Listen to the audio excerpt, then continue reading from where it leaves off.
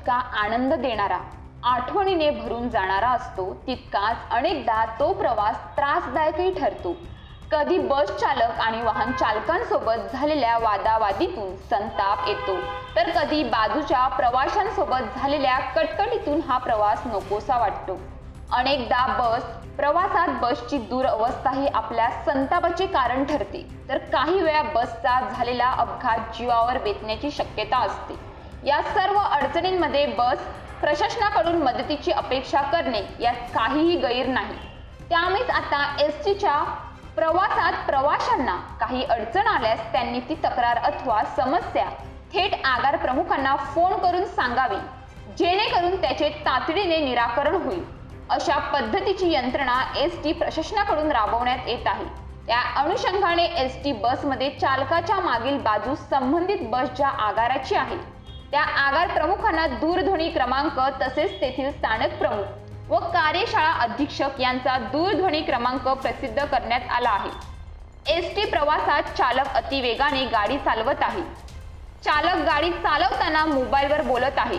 वाहक उद्धट बोलतो, या वाहकाने योग्य ठिकाणी आम्हाला उतरवले नाही, अशा अनेक तक्रारी प्रवाशांच्या असतात. मात्र या तक्रार नेमकी कुठे कराव्यात हा त्यांच्या समोरचा प्रश्न असतो.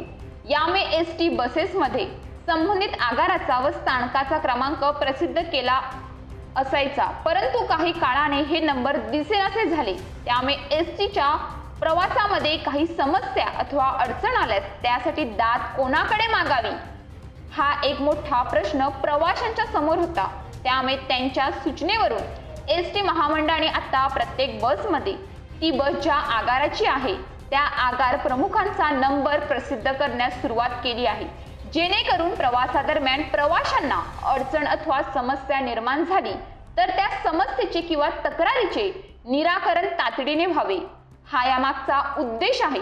त्यामुळे एसटी प्रशासनाने प्रवाशांना आव्हान केले आहे की प्रवासादरम्यान त्यांना एखाद्या अडचण आल्यास थेट तिथे प्रदर्शित केलेला दूरध्वनी क्रमांक संपर्क साधून आपल्या अडचणीत अथवा समस्येचे निवारण तातडीने करून घ्यावे. एसटी महामंडळाच्या नव्या निर्णयानुसार आता बसमधील ड्रायव्हर सीटच्या पाठीमागील जागेवर जिथं काही सूचना लिहिलेल्या असतात, आता तिथं संबंधित बसच्या आगार प्रमुखांचा मोबाईल नंबर देण्यात येईल.